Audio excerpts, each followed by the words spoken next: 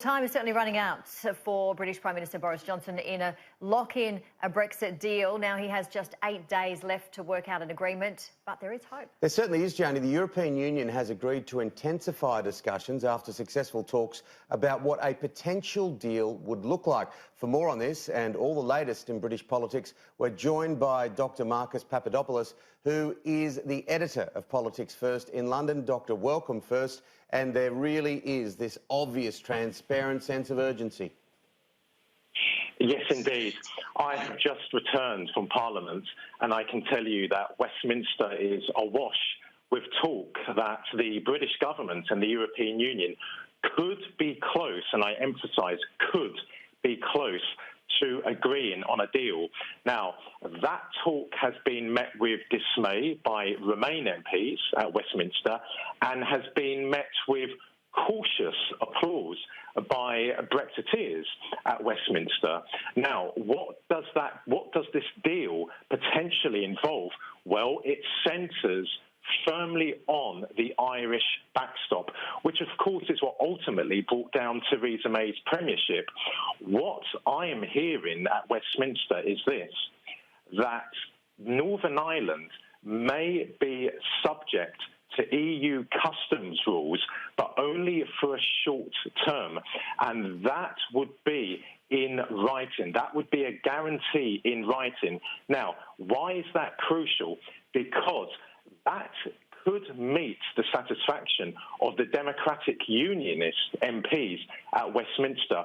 I'm hearing that the 10 DUP MPs at Westminster would be prepared to vote for a deal which sees Northern Ireland temporarily subject to EU custom rules, but providing it clearly states in writing that it is only to be in the short term and not in the long term. Now, if what I'm hearing materialises, then Boris Johnson could very well put that deal before the House of Commons, and it is possible that the maths would be on his side. And what I mean by that is that the House of Commons could approve this deal, because remember, the 10 DUP MPs are absolutely crucial. If Boris Johnson doesn't have their support regarding the solution to the Irish backstop, then Britain is not going to leave by or on the 31st of October with a deal.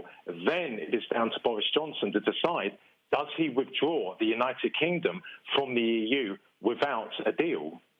So many questions to be answered there, Doctor. Also, well, today, your time, Britain signed that deal worth £86.6 million with the shipping firms to ensure the supply of the vital medicines in the event of the border chaos. What do you think that says?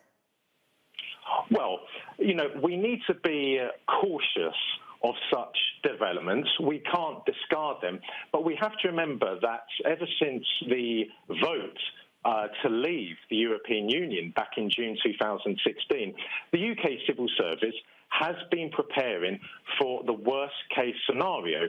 I'm referring, of course, to the UK leaving the EU without a deal. Now, in the worst-case scenario, yes, there could be food shortages. There could be medical shortages. Now, no one is saying that that is actually going to happen. That is a worst-case scenario. That is what we expect of the UK Civil Service, and the UK Civil Service is one of the finest in the world. So the agreement today needs to be taken very seriously. We can't discard the possibility that the UK could be braced with shortages should Boris Johnson withdraw the UK from the EU without a deal. But at the same time, we need to bear in mind that that is the worst case scenario. And we do know that in politics that often the worst case, the very worst case scenario, doesn't materialise. From your point of view, what do you see the mood of the British people like at the moment? Is there a sense of glazing over slightly? Because every time they hear the word Brexit, because no one's talking about the economy, no one's talking about unemployment, no one's talking about domestic or foreign affairs. It has just absolutely blanketed the whole place. That is absolutely correct, and I might add that no one is talking about 14 million people in Britain living in poverty, including 4 million children living below the breadline. Unfortunately, these hugely important issues of social justice, have been put on the back burner because of Brexit.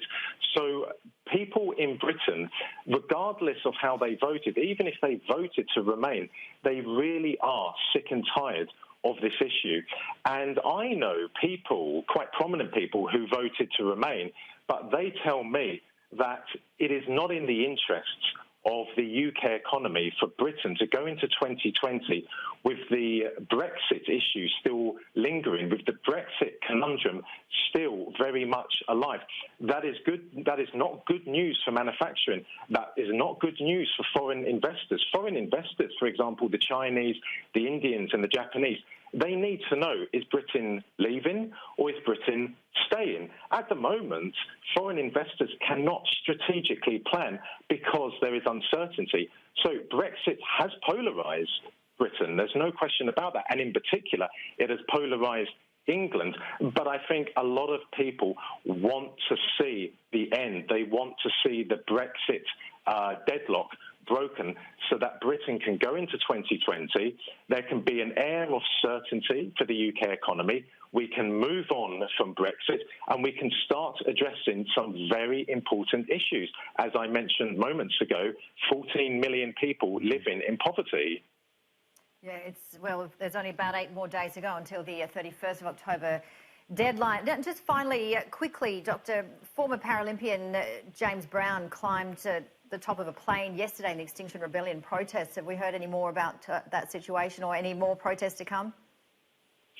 No, I personally haven't heard any more about that. I did see the protests in the Westminster area, but I would say this, that the protests that we have seen regarding climate change, they really don't compare to the protests that we have seen relating to the issue of Brexit. People protesting in favour of Britain leaving and people protesting in favour of Britain remaining.